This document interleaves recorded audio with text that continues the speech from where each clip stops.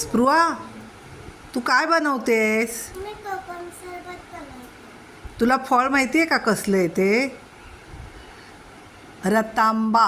काय बोलायचं? रतांबा. रतांब्याचं फळ आहे. काय केलं आपण त्यालाच पहिलं? रतांबे काय केले आपण? कापून घेतली.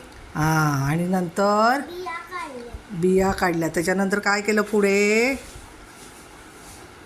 वाट्यात ना हां पकडून असं हां काय भरलंय? त्यामध्ये साखर भरली. हां, आणि आता कुठे ठेवायचं? साखर भरून झालं की लाईन.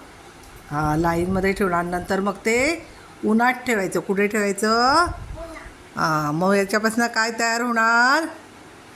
कोकम सरबत. कोणासाठी बनवते तू? माझ्या आईसाठी.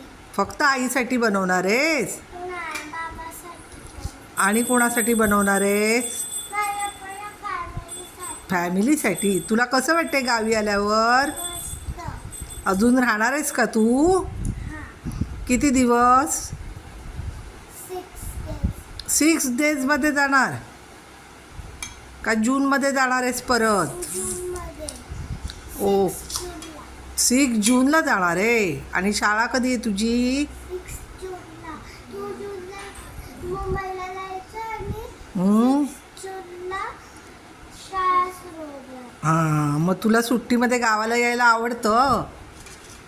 रतांब्याची लिपस्टिक लावलीस का? आणि काय काय तयार केलं आहे तू गावाला? काय बनवलंय? आंब्याची पोळी. हां, आणि काय बनवलंयस? फणस पोळी बनवली का? हां, बनवली.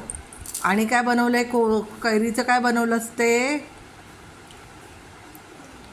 काय बनवलंयस? फुलं कैरीचं. कैरी सुकवली नाही का आपण उन्हामध्ये? आंबट.